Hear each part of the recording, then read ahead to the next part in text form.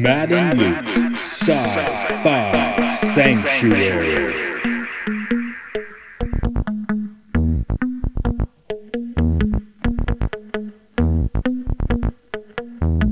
The year is 3013. The galaxy is scintillating in the mellow light.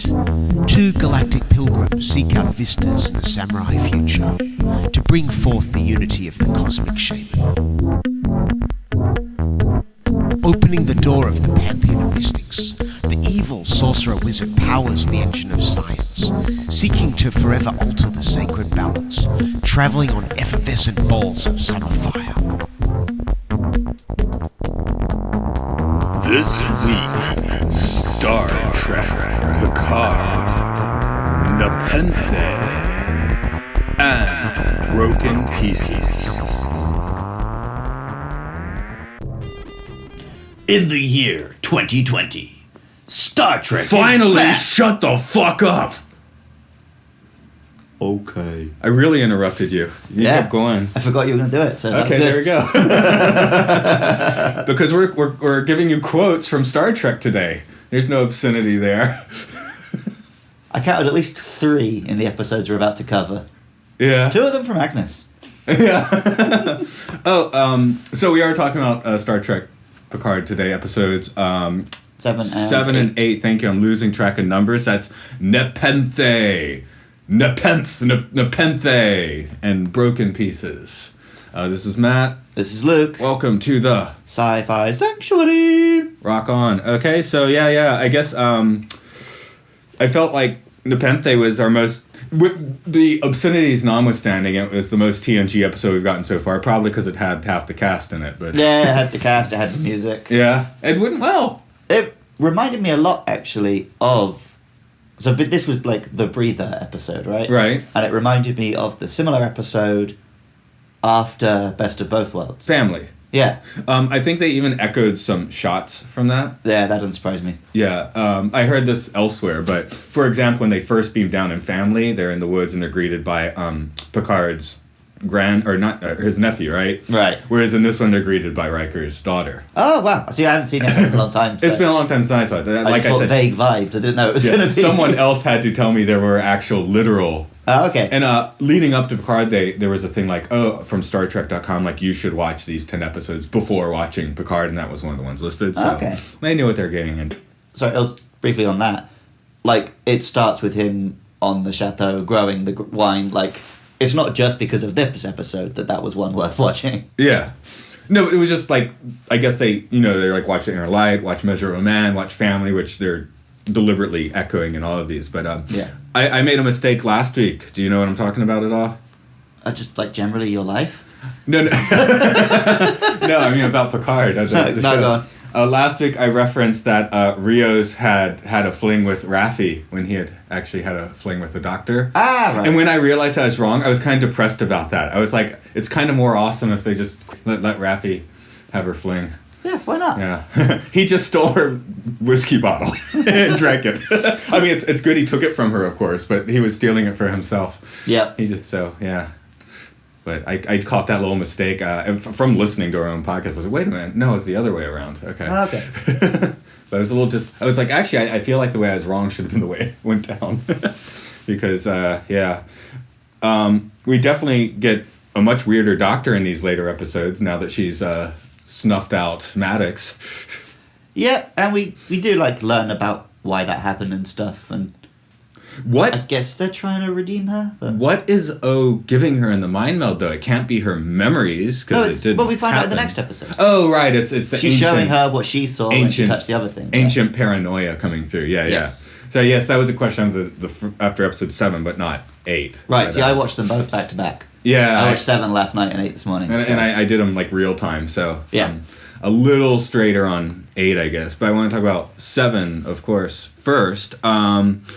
Now we have characters to discuss, of course. Which one do you want to go for first? I guess Riker, right? He's the big return. Yeah, it took a little bit for him to get back in the swing because Jonathan Frakes is the director. Yeah. You know, he directed, He's episode 3 directed and 4 quite a of lot of this? these episodes, yeah. Well, 2 of them. I think Okay. they did each... Like, I think the way we do them in clumps of 2, that's also how they assign the directors. Oh, okay, cool. So Frakes did 3 and 4, and then he Right. appears in this one, and he was like, Frakes was noting that he basically hasn't acted in the last 10 to 15 years. Yeah, I guess the last time he acted would have been like Nemesis. Yeah, because Marina Sirtis has still been doing some acting jobs. I guess not. She does a lot of voice stuff. She was in like Mass Effect. Yeah, so she was completely on point from the start, as Right. Patrick Stewart has been, because he's been acting the whole time too. But Frakes was mentioning it took him a little bit to get into the swing of things. But I think he gave us the full Riker.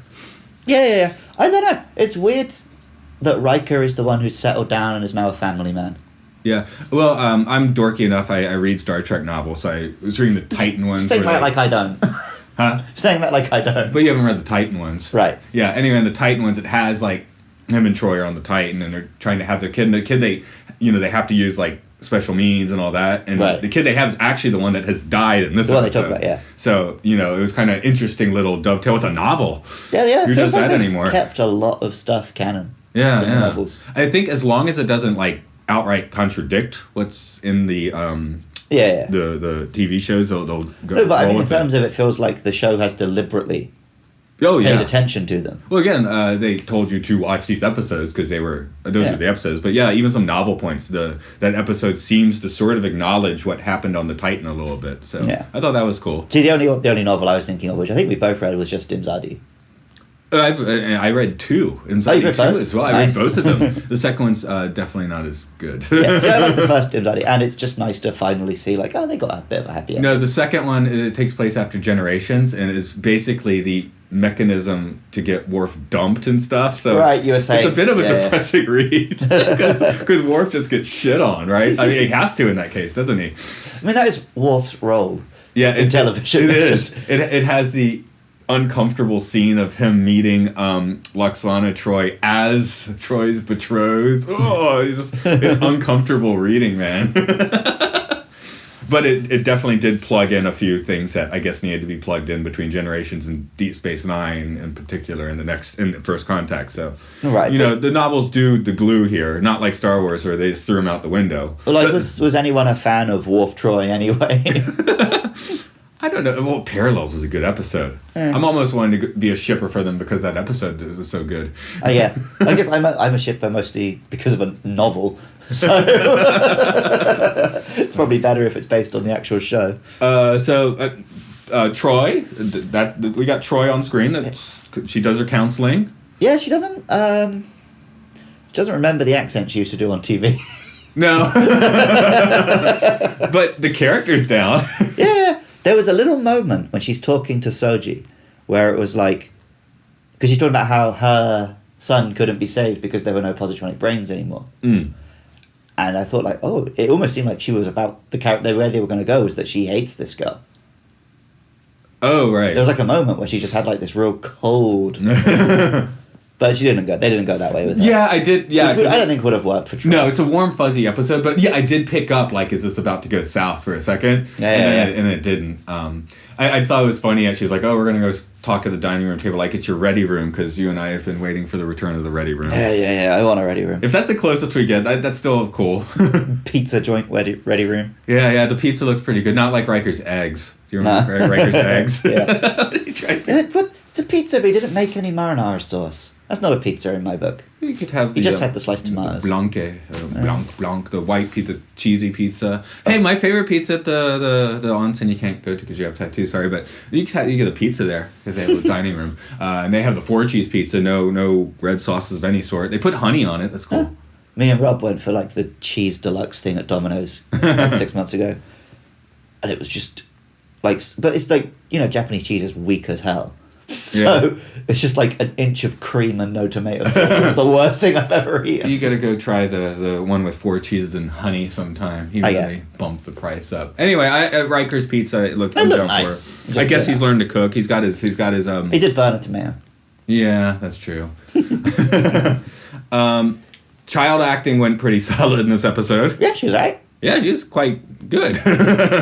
It took me a few minutes to work out if it's a boy or girl. Very androgynous actor. No, pretty much could tell she was a daughter right away. But tomboy, I guess. Yeah. But anyway, fantastic character. And also for one episode, could have especially. been such a shit character, but wasn't. Yeah, you could have had like another Alexander. Oh my god, here's the bloody precocious child pretending to be a woods warrior. But I want to. No, she was nice. I'd like to see the sitcom Stand with the Rikers now. Yeah. But yeah, it was basically a breather, so not much goes down, I guess. Oh, well, Hugh goes down, doesn't he? Yeah. It was honestly, he's had as much screen time in this show as he did in TNG, so whatever. And the actor himself was apparently happy with the closure. But... Apparently, they got Hugh in, but Maddox was not the original actor. Oh, he was not? Okay, so I was right. I mean, he was like fucking old and beardy and looked like shit, so you couldn't tell anyway. But... Exactly. I was sitting there like, is that the same guy? Because I just watched Measure of a Man. Right. Again. But yeah, that's not the same actor. Yeah, a bit of a shame. So I was right. He was too busy. Yeah. But See- doing what? See, when we started, I thought I was stupid for saying that, but I smelled the smell of fear. They were so desperate to get Bruce Maddox in, they recast him. Like, why? Well, nobody noticed. Yeah, I heard it on another podcast. I didn't notice till just now. How many? You just watched it. I had my view like a week ago. So how much music cueing did they do? I only noticed it. There's like maybe 1 or 2 conversations with Riker. You get some TNG theme in there. That was all I noticed. That had to be the dock scene. That seemed to be a notable Riker Picard scene. Yeah. But one thing is, we really don't need to see them again. Unless they need Harbor again, and then we get to see the full defensive capabilities of Riker's house. That would be fun. Yeah. Would have been cool to see a bit more. Maybe of that, but okay. Maybe that's. I feel like we won't this season. No. The finale is going to be them doing their last stand on Riker's house as the Borg cube comes to save them. If I'm right, is that stupid or okay? That would be pretty dope. That's episode 10. Their last stand in Riker's dope house with the Borg. I guess they cube. evacuate everyone from Soji's planet in episode 9. Where can we go? They go to Riker's planet. Have a big battle. The daughter dies, and then he hates Picard. But then I hope it doesn't go that way. Then we but won't I could get hanging imagine with the Rikers. Right. Are there any other salient points you want to hit on this particular episode? I think it was during this episode. Oh, right. So they didn't figure out Agnes yet. But Agnes shot herself to try and destroy the thing. And right. we found out... with chems, not... Yeah. She didn't shoot herself, right. say. But that is also when we find out what's going on with her. But like you said, we didn't get the answer what's going on with O. Yeah. Yet. A lot of vomit and foam. Yeah. But you, especially in America, man, if I have 2 slices of cake, I'm gonna vomit. American cake is ridiculous. American cake is just all frosting, right? Yeah. See, because I like cake more than I like frosting. Okay. So I kind of like that here you can just buy just a bit of sponge cake. No, the cake here's great. I do usually just eat the one piece, but I would eat it. Yeah, I'm not a beast. Yeah, in America, yeah, man, you eat that much red velvet cake, and that's exactly what's gonna happen. Yep. And, nerves and stuff. Yeah.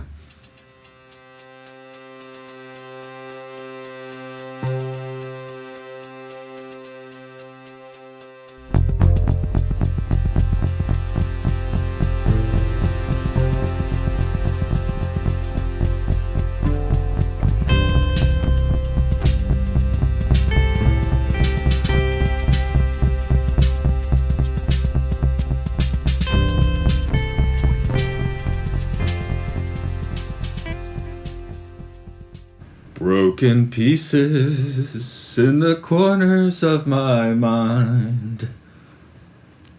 The whole mind is broken, Matthew. Yeah. Is cat sci-fi enough for this podcast? Cat? Cats. Oh, I really want to see Maybe it. we'll have our cheat week. We're gonna do Cats. I went to see Cats I haven't seen the movie, but I did see it. A Broadway production in Atlanta. Someone gave us free tickets. Right. And we went, and we're just like, what the hell is going on? So Right. I'm not a fan. It's already what the hell is going on, and then they've given it those visuals. Exactly. So- That's why I kind of want to put it out there and talk crap about it, because I already hate it. So it's not Right. like it's gonna destroy my vision See, of it. the dream would be if I ended up loving it, Oh, and that'd then be we the got best. to record that podcast. Well, I told you we have one lined up in a few months along those lines. Right. So, anyway, Broken Pieces is the title of the 8th episode of Picard. Thoughts? It's all going on now. Huh? It's all going on now. Stuff's happening. So it's happening, but it was kind of like a treadmill episode. A lot of stuff happening, but we Well, didn't. yeah. Our main crew were just traveling, Yeah. but to everyone else, like on the Borg cube, a lot of shit was happening. Mm. Yeah, I guess there's things going down on the ship as well too. I'm glad to see 7 and 9 actually has a purpose for being here now. Yeah. I mean, she was. Yeah, I'm glad it wasn't just a one episode thing. Yeah, because I was like, oh, she makes a badass cameo and that's it. Right. Of course, she was in this one less, but what she did was of much more consequence. Right, yeah, she's freeing them Borgs. Stealing a cube, which is pretty cool. I did love Eldor Slicer. You're going to assimilate me now. Because she willingly goes full Borg for a few seconds there. Yeah. So, I couldn't quite tell. Did all the Borg die?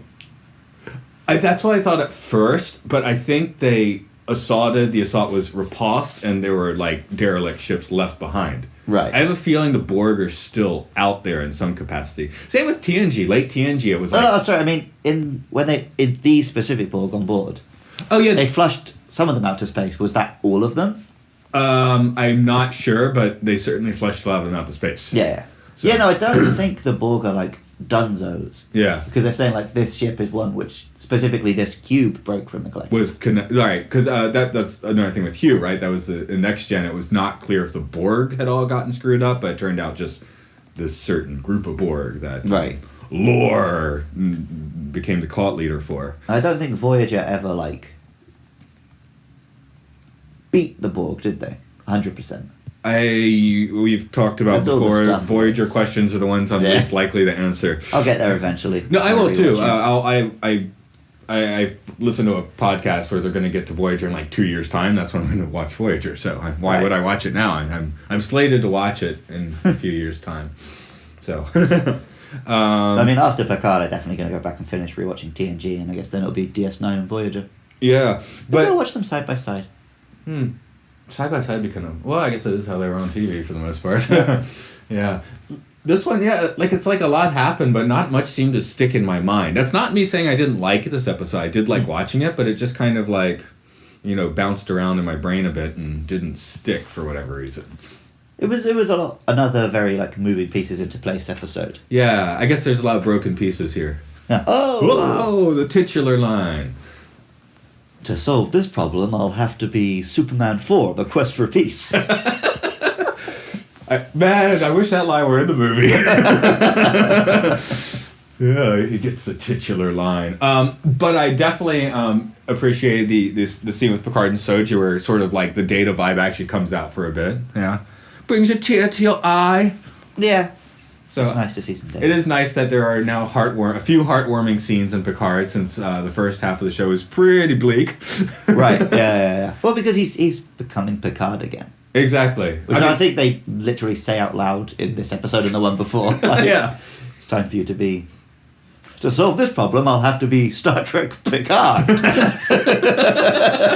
They came pretty close to that. Yeah.